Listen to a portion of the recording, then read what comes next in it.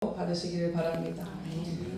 우리가 다 알듯이 이스라엘 백성들에게 큰 환란이 닥쳤었죠.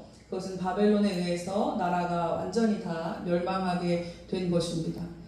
죽은 사람도 많고 또 포로로 끌려간 사람도 많고 또 본토에 남아있는 사람들도 있었지만 어쨌든 나라가 한마디로 풍비박산이 난 것이죠. 포로로 끌려갔던 사람들은 아무나 다 잡아가고 아무나 길에서 막 데려간 것이 아니라 소위 말해서 그 바벨론 나라에서 조금 쓸만한 인재들로 좀 키울 만한 사람들을 처음에는 위주로 데려갔습니다. 그러니까 귀족들의 자제라든지 왕족들의 자제라든지 조금 똘똘하고 잘 배우고 이제 이런 소년들을 먼저 데려갔던 것이죠. 그 중에 누가 있냐면 우리가 아는 다니엘과 그 3명의 친구들이 있었던 것입니다. 이들을 데려가서 어디다 써먹습니까? 데려가서 그들을 그 나라 법으로 잘 교육시켜가지고 남자들은 거의 환관으로 삼고 왕궁에서 일을 하는 환관으로 삼고 그렇게 했다는 것이죠. 이 바벨론에서 포로 생활을 하는 시간이 자그마치 얼만큼이었냐면 70년이었습니다. 70년. 10년이면 어떻게 된대요? 강산이 변한다는데 지금 70년이 지났으니 강산이 몇 번을 지금 변했습니까? 엄청 세대가 달라진 것이죠. 그러니까 이미 포로로 끌려갔고 뭐 여기저기 막 흩어지고 어쩌고 이렇게 하면서 이스라엘 이 본토 원래 땅에 남아있는 사람들도 이제 자기들의 정체성이라든지 신앙이라든지 이런 것들이 좀 흐릿해질 무렵이에요. 그때 드디어 하나님께서 이제 때가 찼다, 끝났다라고 하시면서 바사왕 고레스를 통하여서 칙령이 내려지게 하죠. 그 엄청난 절대 무너지지 않을 것 같았던 바벨론도 하루아침에 너무 우습게 그냥 바사라고 하는 나라에 이렇게 무너지게 되었습니다. 바사는 우리가 알고 있는 그 페르시아죠. 이 페르시아에 아주 우습게 바벨론 왕국이 무너졌어요. 전쟁을 한 것도 아니고요. 뭐 어떻게 한 것도 아니고 어떻게 하다가 그 안에서 병사들이 성문을 열어줌으로 무혈 입성을 하고 아주 우습게 나라가 멸망했습니다. 하나님께서 약속하신 대로 예언하셨던 대로 그대로 이루어졌죠. 그래서 이제 바사 왕국이 세워졌을 때 이 바사 왕국의 왕인 고레스 왕은 그동안 바벨론 시대 때 포로로 끌려왔던 여러 나라의 민족들을 다 자기 나라로 돌아갈 수 있다라고 하는 그러한 명령을 내려줬습니다. 당연히 이스라엘 백성들도 자기들의 본토 고향 땅으로 돌아갈 수 있게 된 것이죠. 근데 강산이 지금 7번 번하는 세월이 지났습니다. 그러니까 포로기 때 끌려왔던 사람들, 다니엘처럼 장수했던 사람도 있지만 청년 시절에 혹시 뭐 40, 50대 이럴 때 끌려왔던 사람들은 지금 나이가 너무나 많고 또 혹은 죽은 사람도 있고 그렇기 때문에 고향으로 돌아가지 않은 사람도 많았다는 것이죠. 어찌어찌해서 수르바벨이 첫 번째 1차 포로 귀환기에 1차로 사람들을 꾸려서 이제 예루살렘 본토로 돌아오게 됩니다. 본토로 돌아왔을 때 그들에게 주어졌던 첫 번째 미션, 사명이 무엇이냐면 바로 성전을 재건하는 것입니다. 유대인들은요, 이 이스라엘 사람들은 지금도 2가정 이상이 모이면, 예를 들어 해외에 어디 이주를 했잖아요. 2가정 이상이 모이면 그들은 항상 회당을 만듭니다. 우리나라 사람들은 교육열이 투철하죠. 우리나라 사람들은 어떻게 할까요? 2가정이 뭐예요? 한 가정만 있어도 우리는 공부를 시작합니다. 애들 학교를 세워요. 홈스쿨링을 하든지 아니면 2-3가정이 모여서 같이 공동 교육하든지 우리나라는 무조건 학교를 세우는 데 열심이죠. 근데 유대인들은 2-3가정만 있으면 회당을 만듭니다. 회당이라는 건 뭐냐면 포로 시대 때 이제 제사 지낼 수 없으니까 성전이 다 파괴됐을 때 하나님의 율법을 낭독하고 우리식으로 표현하면 예배를 이렇게 드리는 것 같은 일을 하는 게 그런 것을 하는 것이 회당인데 이 회당에서 하도 하나님의 말씀이 낭독되는 거예요. 이스라엘 백성들은 이 회당을 중심으로 삼아서 자기들의 마을을 건설합니다. 지금도 그러하죠. 지금도 세계 어느 곳에나 유대인들이 사는 곳에는 다 회당이 있어요. 기독교인들이 있는 곳에는 예배당이 없는 곳도 있거든요. 왜냐하면 너무 적은 곳에는 교회가 없는 곳도 있지만 유대인들이 있는 곳에는 무조건 다 회당이 있습니다. 그만큼 그들의 그 신앙 공동체를 굉장히 중요하게 여긴다는 거예요. 근데 그 역사가 사실 거슬러 올라가 보면 지금 이때로부터 이제 시작이 되는 것이죠.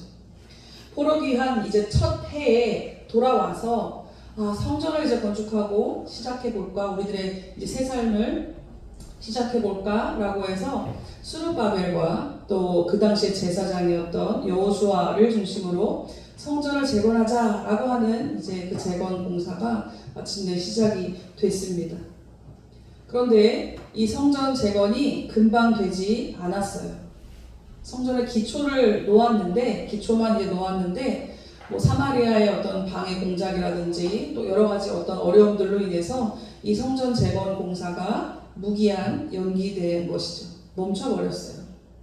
그리고 시간이 얼마나 흘렀냐면 약 17년, 16년의 세월이 흐르게 됩니다. 기초는 놓여졌는데 아무것도 더 이상 진행이 되지 않는 것이죠.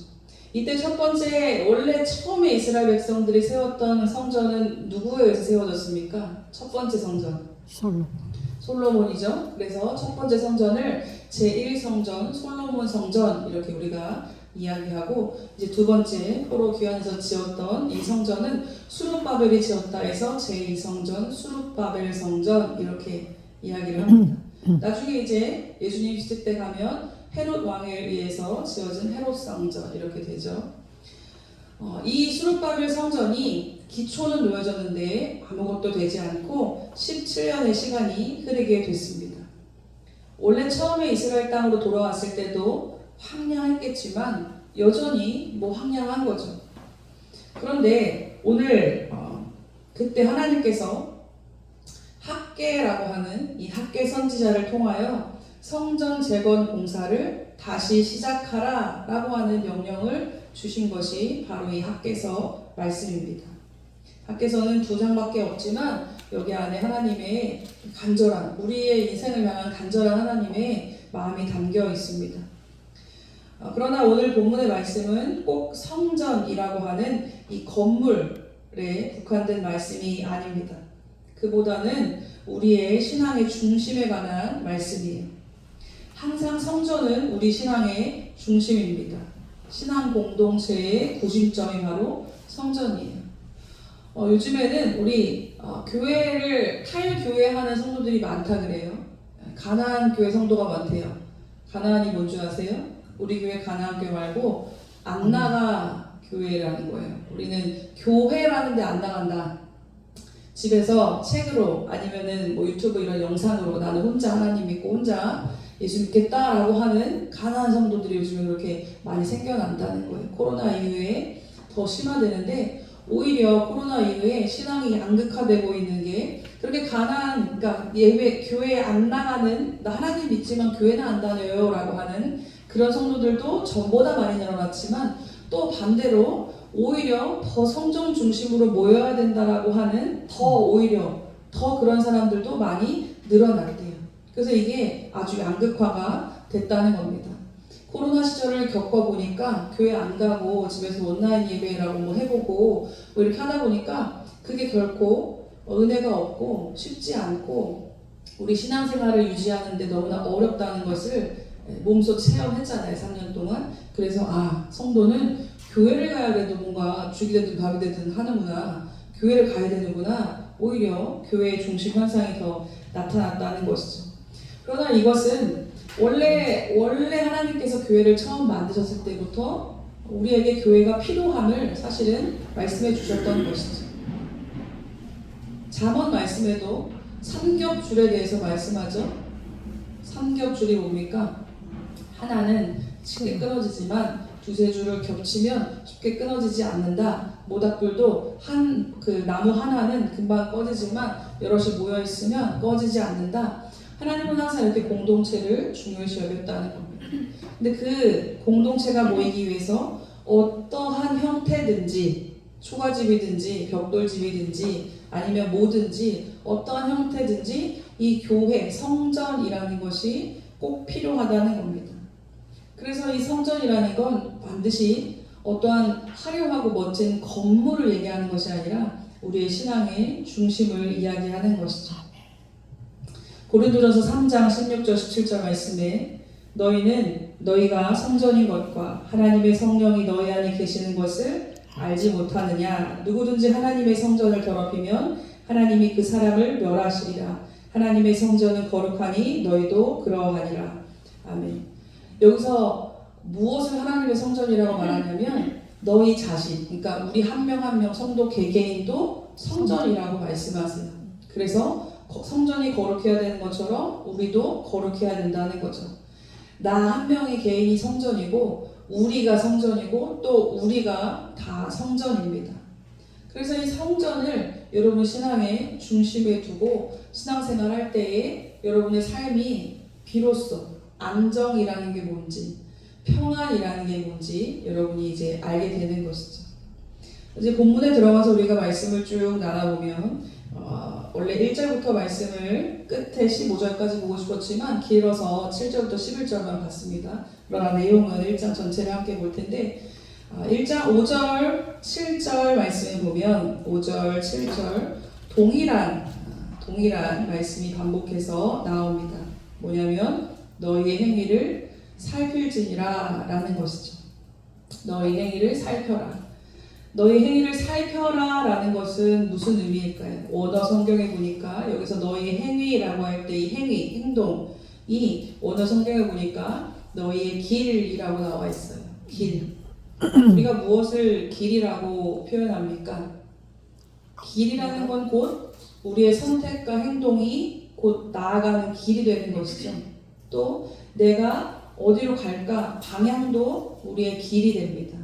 그래서 이 길이라는 건 내가 걸어온 내 인생, 또 앞으로 내가 나아갈 내 인생, 나 자체를 말하는 것이죠.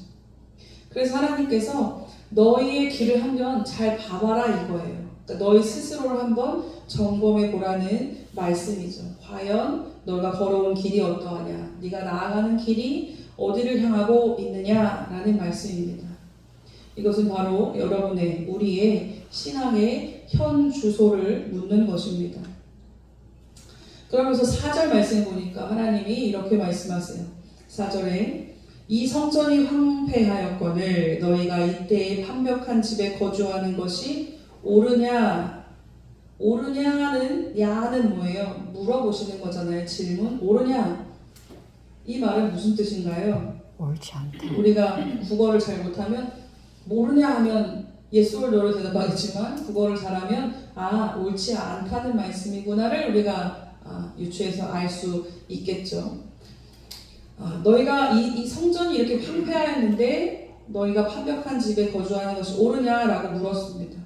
70년 동안 이 성전이 완벽히 파괴되어져 있어서 아주 황폐했는데 이스라엘 백성들이 돌아온 뒤에 이제 성전 터만 기초만 겨우 놓았습니다.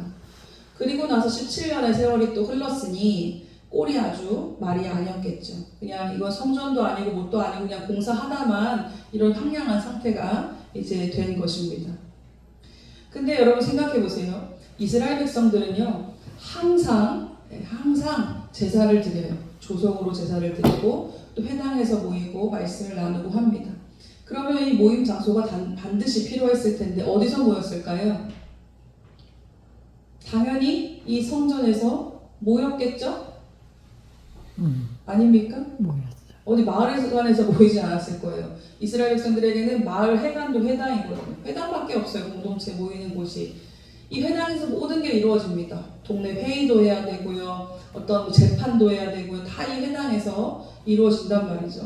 근데 이 성전에서 17년 동안 이제 아마 제사가 회복됐을 거예요. 왜냐면 예수님 시대에도 동물을 가져와서 제사 드리는 장면이 있으니 이때도 돌아왔으니까 다시 제사를 회복해서 제사를 지내고 또 옛날에 회당처럼 말씀도 나누고 이런 일들이 있었을 텐데 그러한 일들이 이제 17년 동안 계속되어져 왔는데 그럼 이스라엘 백성들이 적어도 타 지역에서는 1년에 한 번, 이 예루살렘 사람들은 그래도 한두 달에 몇 번, 근처 사람들은 거의 매일 이 성전을 왔다 갔다 하잖아요.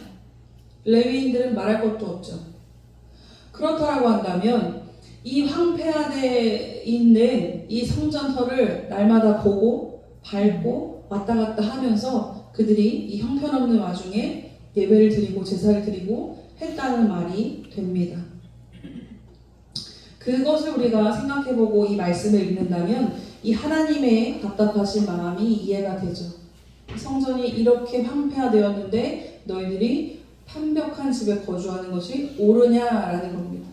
판벽한 집이라는 건 무슨 뜻이냐면, 판벽하다는 건 벽이 서 있고 지붕이 씌워져 있다는 뜻이에요. 그러니까 집 같은 집이죠. 뭐 이게 막 화려하고 멋진 집이란 뜻이 아니라 집 같은 집, 벽도 있고 지붕도 있는 집 같은 집을, 그러니까 너희들이 살기 위해서는 그렇게 집 같은 집을 만들어 놓고 살면서 이 성전은 이렇게 황폐화 시켜 놓는 것이 옳으냐라는 말씀입니다.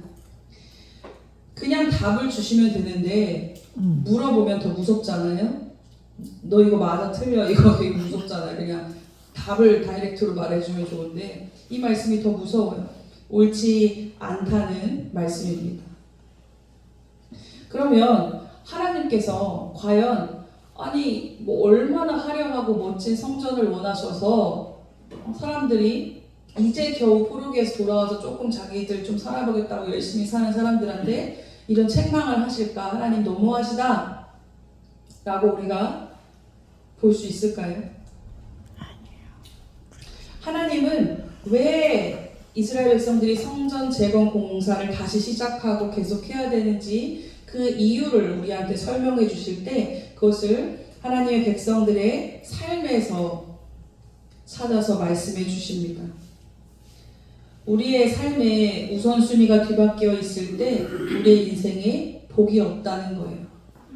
하나님이 이 세상에, 온 세상에 하나님 당신 것이시고 뭐 성전이 없다고 하나님이 거할 곳이 없으십니까? 전혀 아니죠. 전혀 아니에요. 그런데 하나님께서 왜 성전을 건축하라고 하시느냐?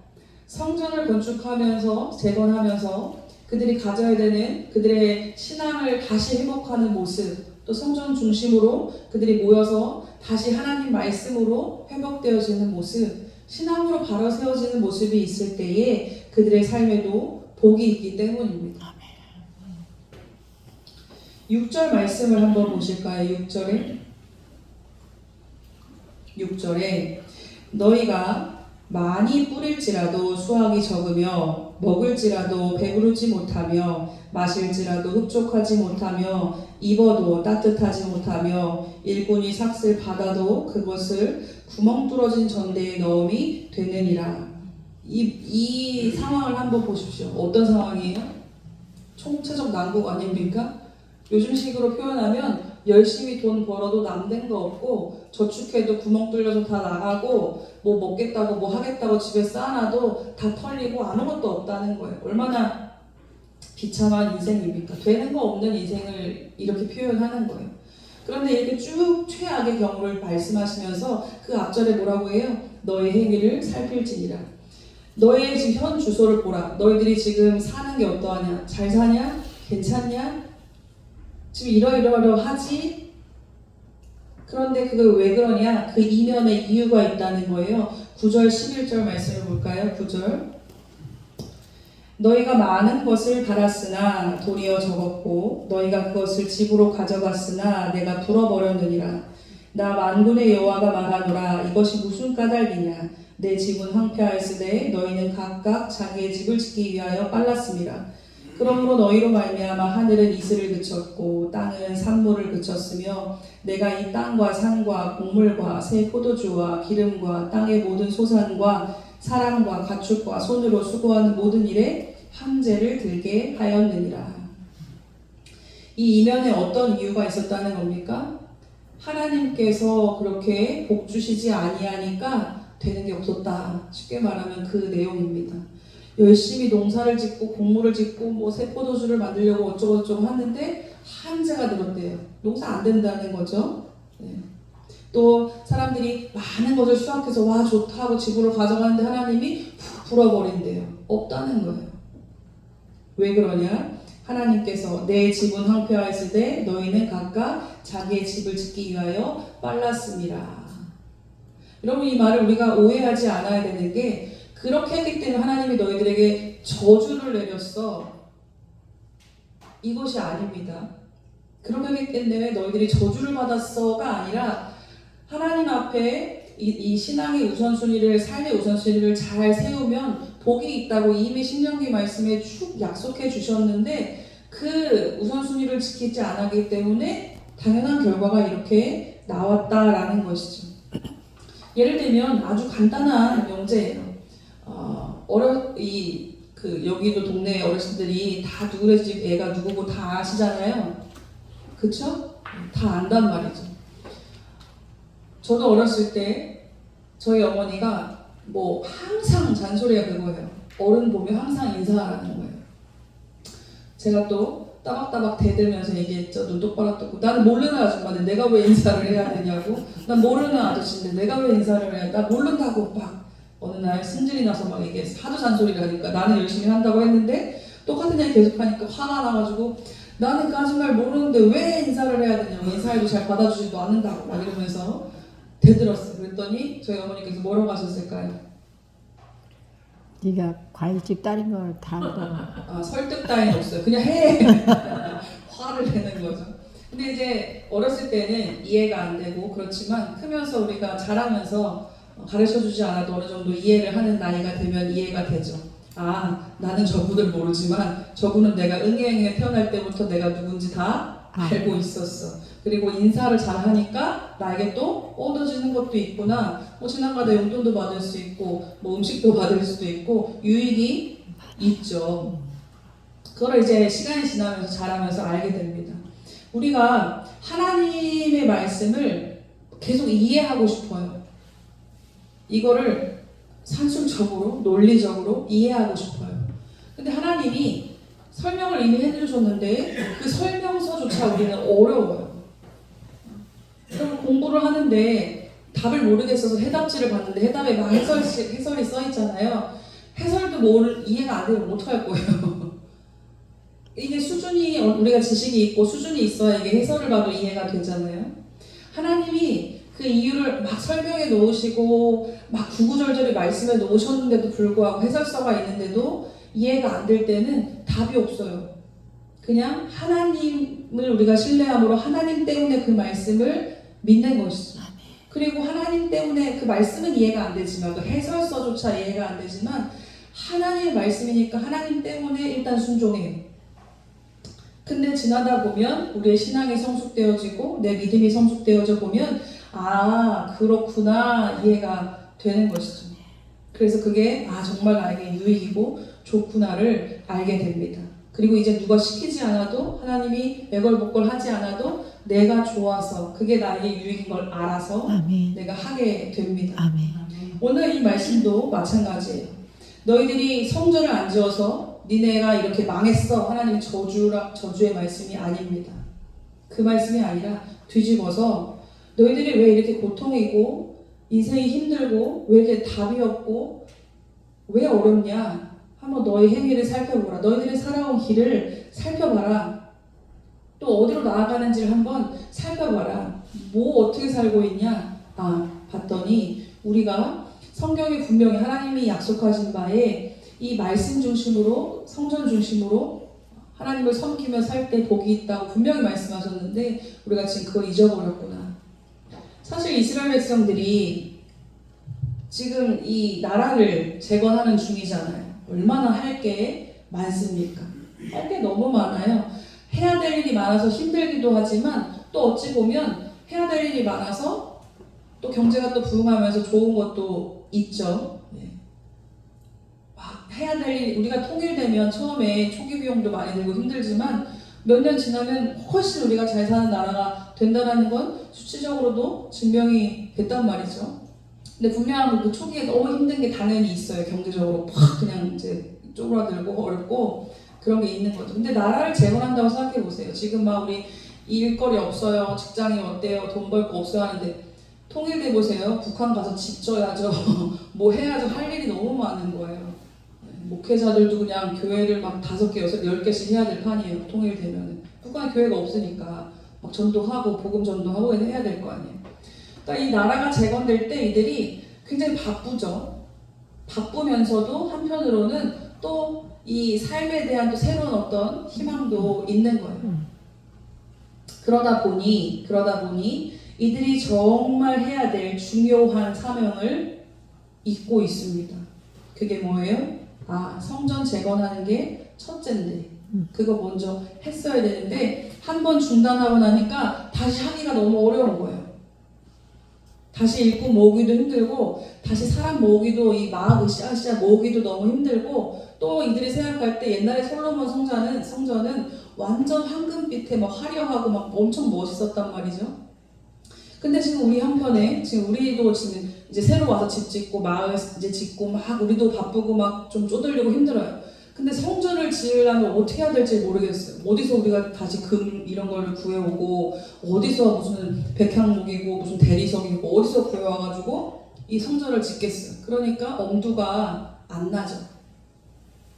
그렇다고 사람들이 십시일반 그냥 조금씩 하면 될 텐데 여러분 전국의 이스라엘 백성들이 이 당시에 뭐 인구가 아무리 적었다 쳐도 전국에 있는 사람들이 다 합쳐서 조금씩 내면 이 성전 하나 나라에 하나 못 세우겠습니까? 할 수 있죠.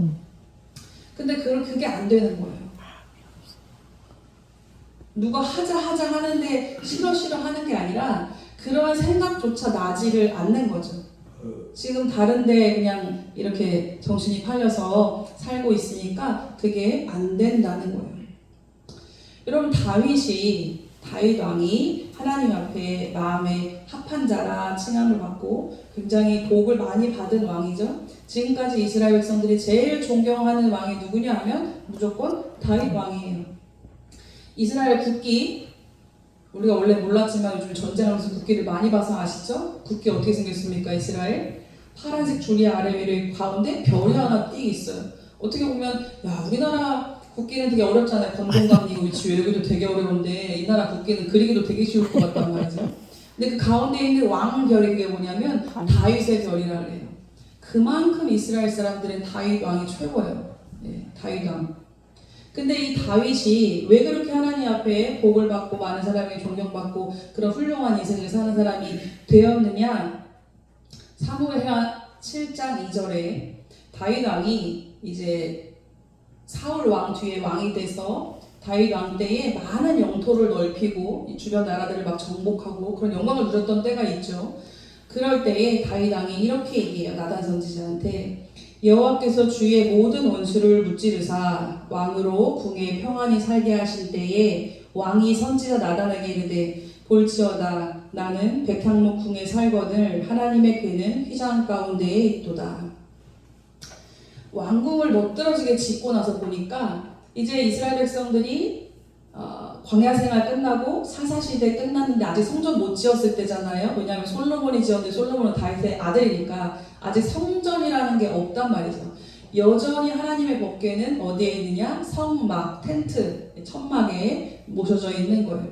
그러니까 왕인 다윗이 생각할 때 나는 이렇게 멋있고 화려한 집에 이렇게 왕이니까 이렇게 있는데 하나님의 그 궤가 거기 있는 게 너무 마음에 걸린다는 거예요.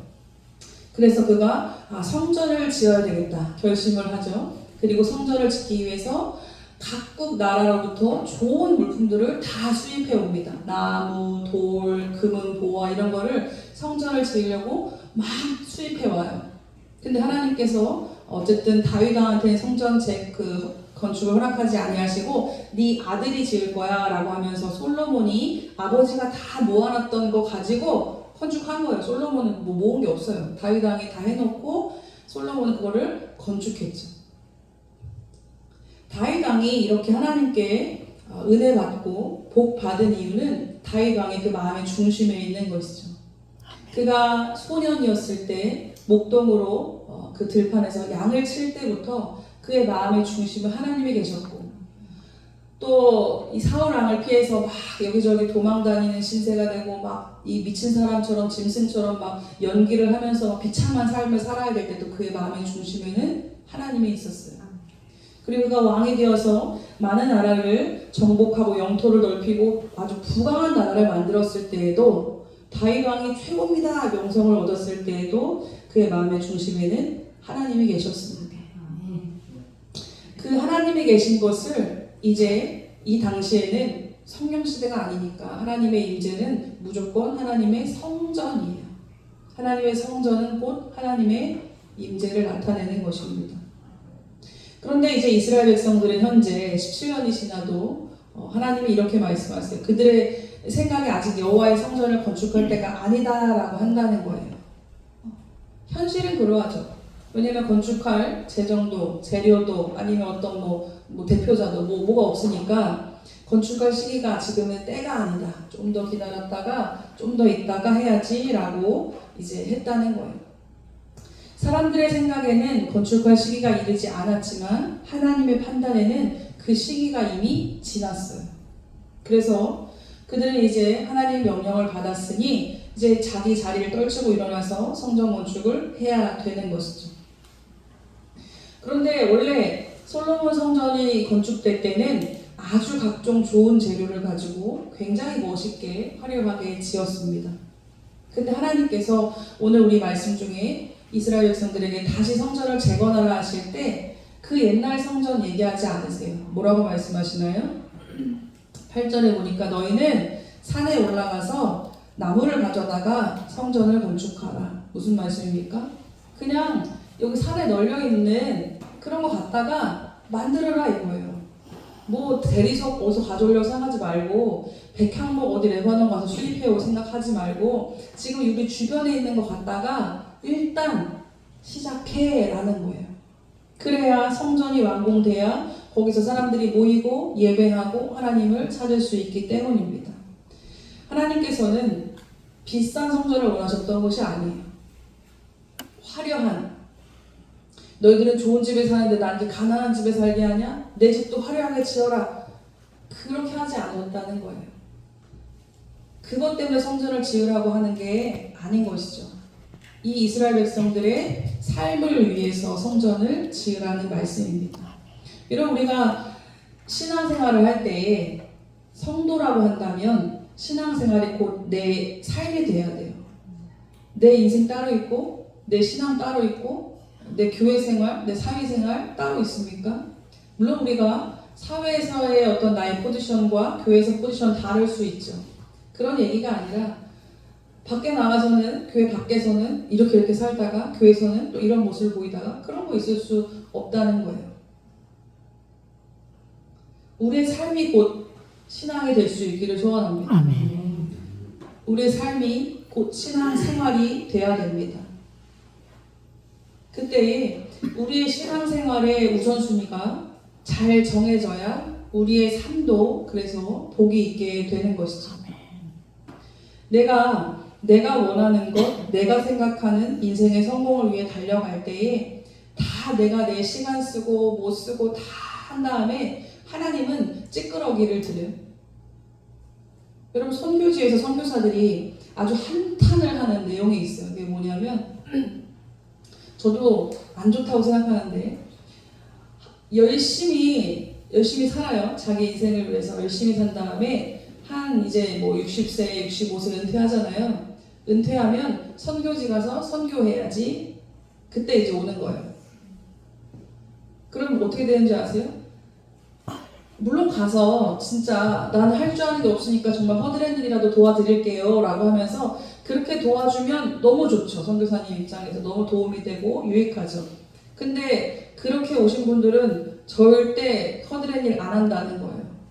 왜냐면 내가 지금 사회에서 어떤 사람이었어요. 꽤나 방구 끼던 사람인데 내가 은퇴하고 좋은 마음 먹어가지고 내가 내 전 재산 중에서 얼마를 내가 털어가지고 선교지에 왔단 말이에요. 그러니까 여기 선교사님들이 나를 대우를 해줘야 되고 내가 마땅히 내가 뭐 목사는 아니더라도 목사급으로 해가지고 어떤 그런 사역을 내가 맡아서 해야 되고 막 그러한 일들이 실제로 많다라는 거죠. 그래서 은퇴하고 오는 선교사들을 사실 현장에서는 그렇게 반가워하지 않습니다. 여러분, 선교는 언제 해요? 힘 있을 때. 내 힘 있을 때, 내가 할 수 있을 때 하는 거예요. 물론 우리가 선교는 죽을 때까지 하는 거예요. 나이 들나 젊으나 하는 거지만 동기가 잘못됐다는 거죠. 동기가. 제가 옛날에 사실 저는 기억을 못했는데 제가 이제 고등학교 학생들을 대상으로 설교할 때 그런 설교를 했었다 그래요. 야 너희들, 제가 이 똑같은 얘기를 하면서 너희들 나중에 하나님 앞에 내가 헌신해야지 뭐 이렇게 생각하지 말고 너네 인생의 최고 절정일 때 가장 너희들이 힘있고 가장 막 민첩하고 가장 에너지 넘치고 어른들이 말할 때 좋은 때다라고 하는 그때에 하나님 앞에 너희들 시간을 드려라. 너희들 인생의 11조를 드려라 라고 설교를 했다는 거예요. 그리고 저는 이제 설교를 수만 편을 했기 때문에 잊어버렸죠. 시간도 많이 지났고. 근데 어느 날 그 청년이 이제 그 학생이었는데 청년이 돼서 지금 인도에 가 있는데 그 청년이 목사님이 그때 했던 설교를 자기 마음속에 품고 있다가 자기가 1년 동안 지금 인도 선교를 갔다 오고 있다는 거예요. 그래서 너 회사는? 이렇게 제가 더 믿음이 없죠. 너 회사는? 이렇게 물어봤어요. 그랬더니 그만뒀어요. 이러면서 아주 쿨하게 요즘 애들은 잘 그만두고 직장도 잘 구하고 잘하나 봐요. 근데 그 친구는 어쨌든 그런 자기의 어떤 믿음이죠. 다 직장 때려치고 가라는 말씀이 아닙니다. 근데 그 친구는 그 말씀을 자기 말씀으로 받은 거예요.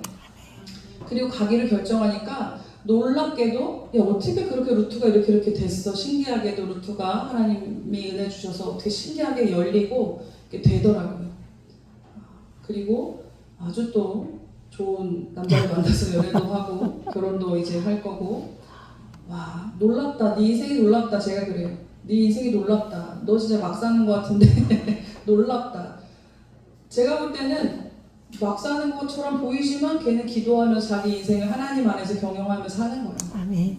그랬더니 하나님께서 사람이 할 수 없는 일들을, 사람이 계획할 수 없는 일들을 그 청년의 인생 가운데 열어주시더라고요. 아멘. 놀랍게도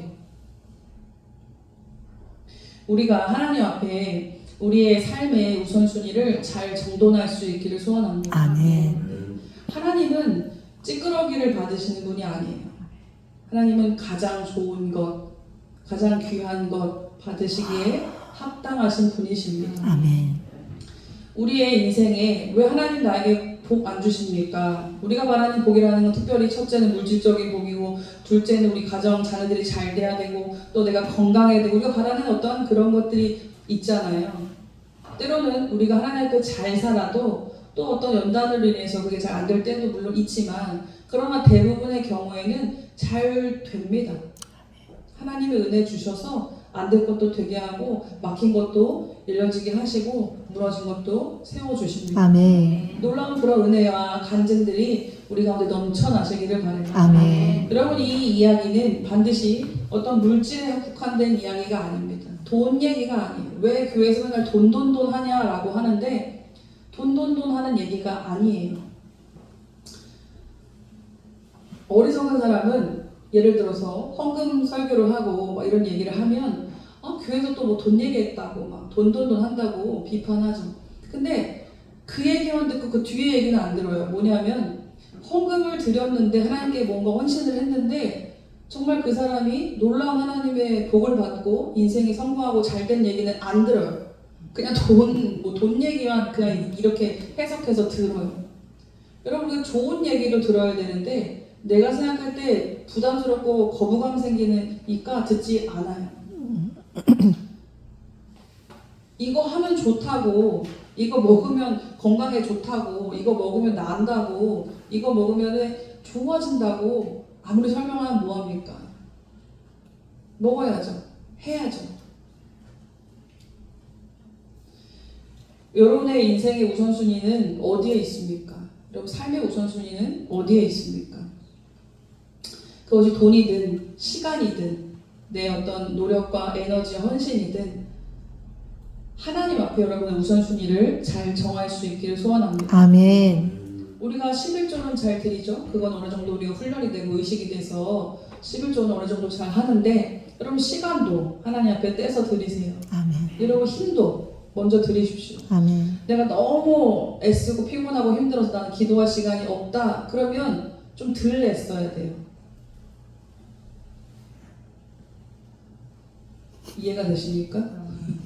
너무 내가 피곤해서 나 기도할 시간 없어요. 나 힘들어서 나 예배 못 드려요 한다면 덜 힘들어야 돼요.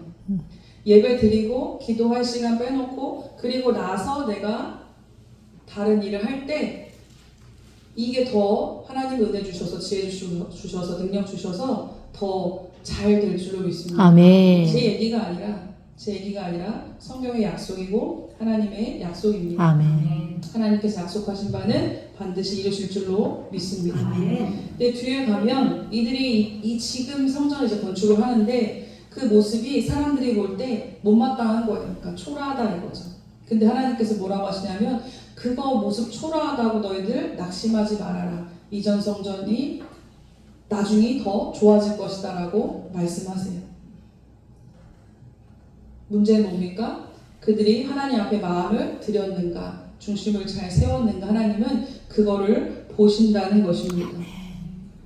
우리의 삶의 우선순위를 하나님께 두고 그럴 때 여러분 삶에 복이 넘쳐나시고 또 간증이 넘쳐나는 우리 가나안교회 성도들이 되시기를 축복합니다. 아멘. 우리 기도